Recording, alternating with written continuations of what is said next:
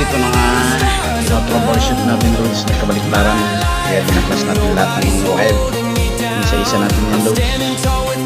Kasi ayaw umilaw yan. Kaya ginawa natin.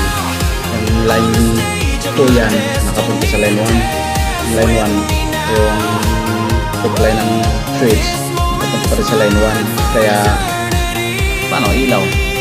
Dapat kasi ang supply ng switch dapat line 1, so sa may ilaw dapat line 2.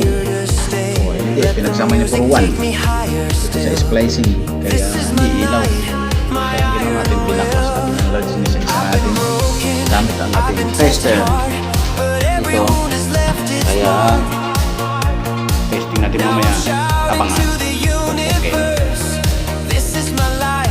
Okay, ito lang, hello, testing na natin, tapos na natin yung ano yan, breaker.